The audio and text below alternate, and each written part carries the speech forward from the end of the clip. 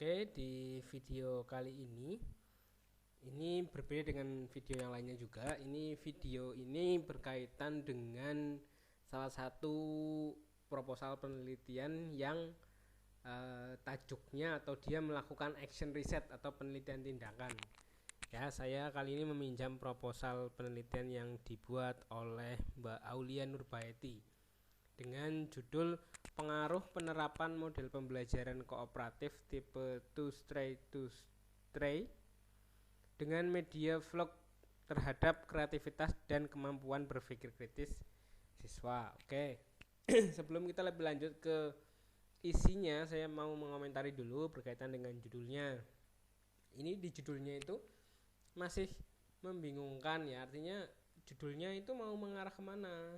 Ini mau melakukan penelitian yang sifatnya penelitian tindakan atau action research, atau Mbak Aulia ini mau melakukan penelitian kausalitas, karena di sini ada kata pengaruh gitu ya. Jangan sampai judul itu nanti akan mempengaruhi pembaca tentang isi yang ada di dalamnya, walaupun belum tentu orang akan langsung terprovokasi dengan judulnya, bisa juga dia akan membaca, tapi sebagian besar pasti akan mengkorelasikan antara judul dengan isi. Nah, judulnya ini menurut saya tidak efektif karena di sini ada pengaruh penerapan bla bla bla dan sebagainya. Harusnya kalau mau action research bisa judulnya diganti misalnya penerapan model pembelajaran bla bla bla, pengaruhnya dibuang aja, atau menggunakan efektivitas. Boleh efektivitas penerapan model bla bla bla. Karena ukurannya adalah efektif dan tidak efektif media itu digunakan, model itu digunakan. Kalau menurut saya ini lebih tepat penerapan model pembelajaran kooperatif tipe two-stray dengan media vlog berhadap kreativitas dan kemampuan berpikir kritis siswa. Jadi nanti Mbak Aulia melakukan action research atau penelitian tindakan dengan menguji cobakan model two-stray dengan bantuan vlog ini di dalam suasana kelas untuk membuktikan apakah lebih efektif untuk meningkatkan kemampuan berpikir kritis dan juga kreativitas siswa di kelas tersebut. Ukurannya apa? Ukurannya kelas lain yang dijadikan pembanding yang tidak menggunakan media ini. Harusnya seperti itu. Tapi kita lihat coba sejauh mana pemahaman Mbak Aulia dengan membuat proposal ini. Oke, pendidikan merupakan memasuki perkembangan globalisasi bla bla bla. Ini yang seperti ini sebenarnya nggak penting ya, harusnya dieliminasi saja lah. Maksudnya kita membuat sesuatu paragraf yang efektif dan efisien supaya latar belakang kita itu lebih terbaca gitu loh. Jadi di beberapa riset yang tadi saya baca itu, di beberapa proposal saudara yang dikirim saudara mahasiswa ke saya itu sebagian besar itu sukanya bertele-tele di awal itu loh. Kita nggak butuh proposal yang tebal, nggak butuh latar belakang yang macam-macam, kita butuhnya yang simpel-simpel aja tapi tepat pada sasarannya. Jadi yang seperti ini tuh harusnya dibuang saja. Ada memasuki perkembangan globalisasi bla bla bla Indonesia, pendidikan merupakan kegiatan yang universal, itu terlalu bertele-tele, langsung saja pada penerapannya. Penggunaan metode two-stray selama ini sangat ditekankan untuk mengisi pola pembelajaran pada kurikulum 2013, karena kurikulum 2013 menuntut guru dan siswa untuk aktif bla bla bla, sehingga metode ini lazimnya sering digunakan. Tapi beberapa penelitian yang telah dijadikan rujukan menunjukkan bahwa metode ini belum mengukur secara pasti berkaitan dengan kreativitas dan critical thinking siswa misalnya. Padahal kreativitas dan critical thinking siswa juga merupakan sesuatu yang penting. Harusnya metode two-stray ini bisa melatih orang untuk berpikir kritis, menyampaikan pendapat dan lain sebagainya. Akan tetapi belum ada ukuran secara pasti. Dalam hal ini penelitian ini akan mencoba untuk menguji apakah efektif meningkatkan kemampuan berpikir kritis dan lain sebagainya. Harusnya seperti itu, cepat, tepat, tapi kena sasarannya. Kalau ini kan dalil-dalil ya, proses pembelajaran merupakan suatu kegiatan, ini sebenarnya nggak penting. Harusnya kalian fokus pada sesuatu yang sifatnya lebih esensial gitu loh. Walaupun esensi juga penting, tapi esensi itu juga harus diutamakan gitu. Jadi nanti dibuang saja yang nggak perlu nah, kalau mulainya dari sini malah cukup jelas di dalam kurikulum 2013 revisi proses pembelajaran belajar mengajar dituntut keaktifan siswa. Lah kalau mulainya dari sini malah jelas. Nah gitu loh, mulainya dari sini terus dijelaskan selama ini penelitian tentang to stay itu sudah ngapain aja, dia sudah efektif untuk mengukur apa aja, dia bagus enggak, ada kelemahannya tidak, sehingga Mbak Aulia kemudian menggabungkan dengan media vlog untuk mencapai hal baru yang perlu diuji gitu loh. Nah, proses menguji ini yang disebut sebagai action research atau penelitian tindakan atau penelitian eksperimen yang seperti yang kamu mau buat. Jadi jangan kemudian berfokus pada sesuatu yang tidak jelas tapi malah inti dari dari yang mau kamu teliti jadi hilang gitu loh. Hal ini diperkuat dengan hasil observasi yang dilakukan pada tahun berapa ini di SMA Negeri 1 Ngemplak yang sudah mengumumkan terdapat mata pelajaran ekonomi sebagai mata pelajaran pilihan bagi kelompok pemerintah sosial. Nah ini juga akhirnya hilang maknanya juga gitu loh. Harapannya nanti wah ini harus diganti ya, artinya nanti coba disusun yang baik gitu ya. Yang pertama adalah berkaitan dengan dimulai dari sini dalam kurikulum 2013 revisi proses pembelajar mengajar dituntut keaktifan siswa dan lain sebagainya gitu ya. Kemudian metode to stay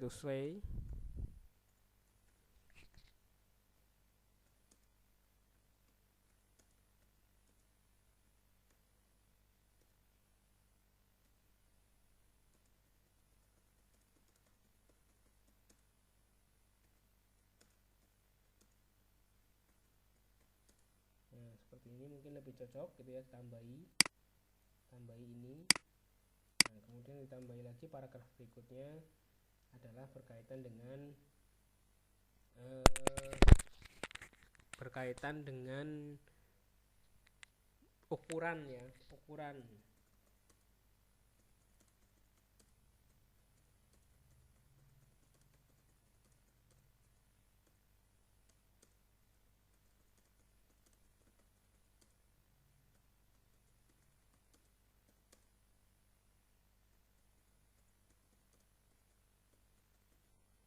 Nah, ukuran selama ini udah ngukur apa aja nih, metode ini udah meningkatkan apa aja, tapi dia meningkatkan critical thinking dan kreativitas enggak. Nah, kalau belum, untuk itu saya mau menguji coba gitu loh.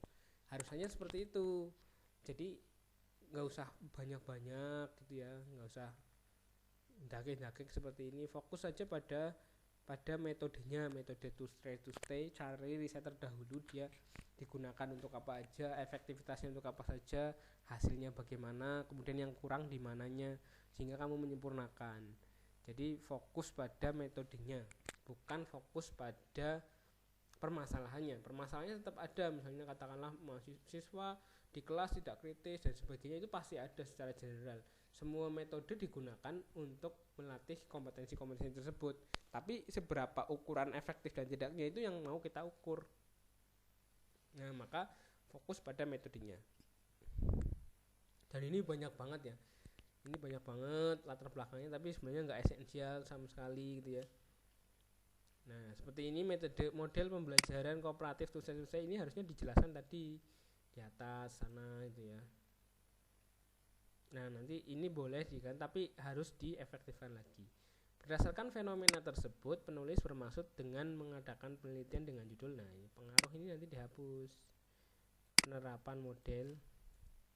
Nah, kamu ukur efektivitasnya. Ini efektif nggak sih?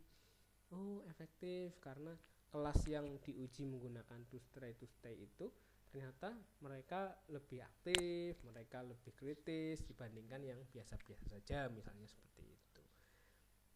Identifikasi masalah. Berdasarkan hasil observasi di beberapa sekolah diperoleh hasil bahwa belum optimalnya minat belajar siswa terhadap materi ilmu ekonomi. Minat belajar siswa kaitannya apa? Nah ini juga perlu dipahami. Hasil observasi, kalau semuanya menggunakan berdasarkan hasil observasi ya nggak usah ditulis berdasarkan hasil observasi, langsung saja belum optimalnya, jadi efektif, belum optimalnya gitu ya. Nah, terus belum maksimalnya.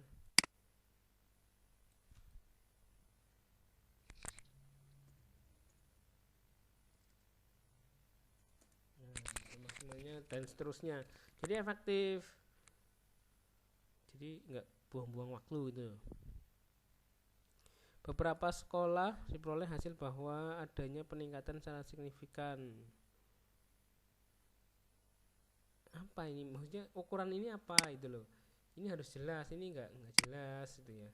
Jadi nanti di bagian identifikasi masalah kamu sampaikannya adalah satu, masih terbatasnya penggunaan to stay di sekolah-sekolah karena mungkin tidak semua sekolah menerapkan to stay. Yang kedua adalah belum adanya ukuran yang pasti apakah metode to stay itu mampu meningkatkan kreativitas dan critical thinking. Itu yang kedua. Yang ketiga berkaitan dengan kelemahannya. To stay ini selama ini kekurangannya ini, sehingga saya menambahkan media yang namanya vlog dan lain sebagainya. Itu harusnya kamu jelaskan di situ supaya bagus. Dan pemilihan media dengan metode juga harus bagus. Kalau metodenya udah vlog, saya rasa itu justru untuk belajar tipe inquiry atau dia menggali sendiri. Tapi kalau belajar tipe kooperatif model to stay ini harusnya metodenya yang metode medianya media yang memunculkan kooperatif atau do something kolaboratif gitu ya. Apalah misalnya katakanlah bisa flip chart atau bisa menggunakan tabel gambar dan lain sebagainya. Itu justru lebih menarik. Jadi jangan sampai metode yang ada tidak sinkron dengan media yang kalian pilih. Itu bahaya gitu loh. Jadi nanti harapannya ini masalah aja sih sebenarnya, budaya membaca saja. Kita harus meningkatkan budaya kita dalam membaca supaya kesalahan-kesalahan semacam ini bisa diminimalisir gitu ya. Harus memahami, itu penting. Oke, cakupan penelitian masalah dapur. Oke, ini oke lah. Perumusan masalah berdasarkan latar belakang. Adakah pengaruh? Nah, ini adakah pengaruh ini yang harusnya kita evaluasi. Rumusan masalahnya bukan mengatakan adakah pengaruh sebenarnya.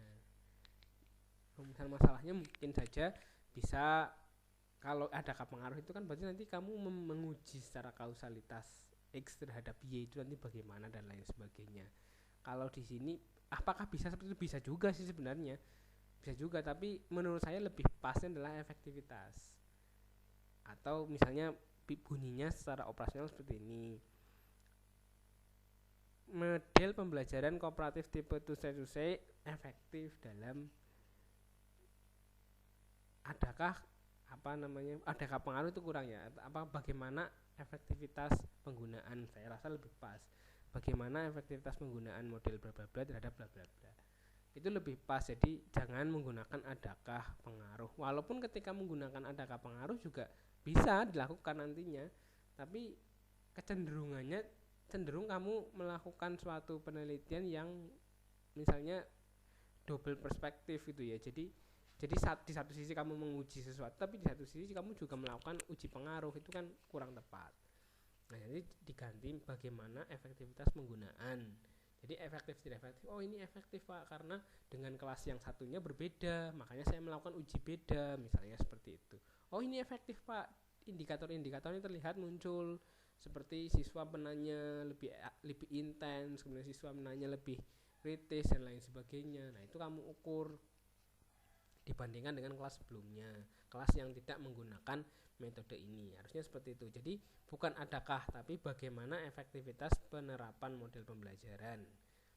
Nah ini yang harusnya digunakan. Oke, tujuan penelitian untuk memahami pengaruh, bukan pengaruh, memahami efektivitas, kegunaan, manfaat dan sebagainya. Oke, ini kita skip saja, originalitasnya kita skip saja, saya rasa harus orisinil memang. Nah, kemudian kajian pustaka, pembelajaran. Oke, boleh memasukkan pembelajaran tipe kooperatif dan lain sebagainya. Oke, kita skip sampai dengan bagian metode penelitian. Langsung ke metode penelitian. Oke, masih panjang sekali. coba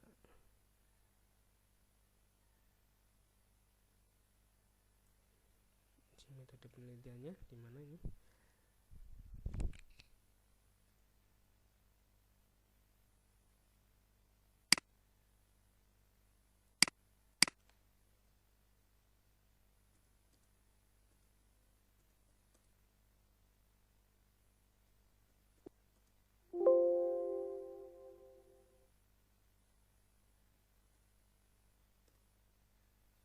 Langsung ke sini saja. Metode penelitian, jenis dan desain penelitian merupakan penelitian tindakan kelas. Action.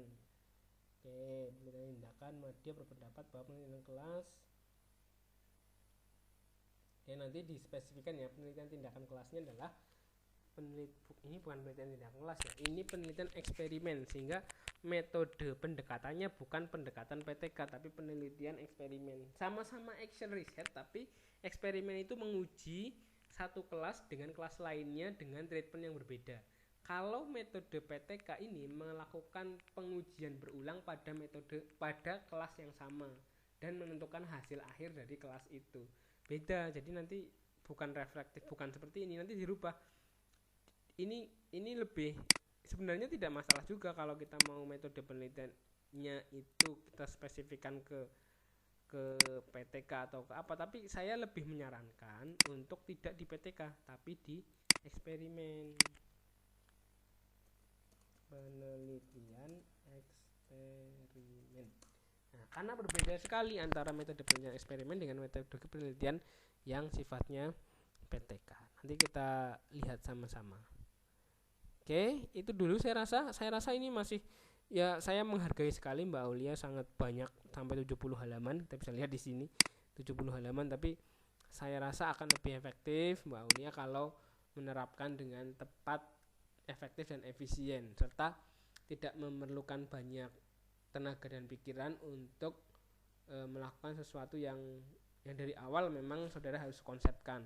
Kalau konsepnya mau PTK ya PTK, kalau mau eksperimen ya eksperimen. Tapi saya menyarankan untuk eksperimen. Tapi jangan sampai keseliru antara eksperimen PTK dengan kausalitas. Itu sangat berbahaya sekali. Terima kasih. Billahi taufiq wal hidayah. Wassalamualaikum warahmatullahi wabarakatuh.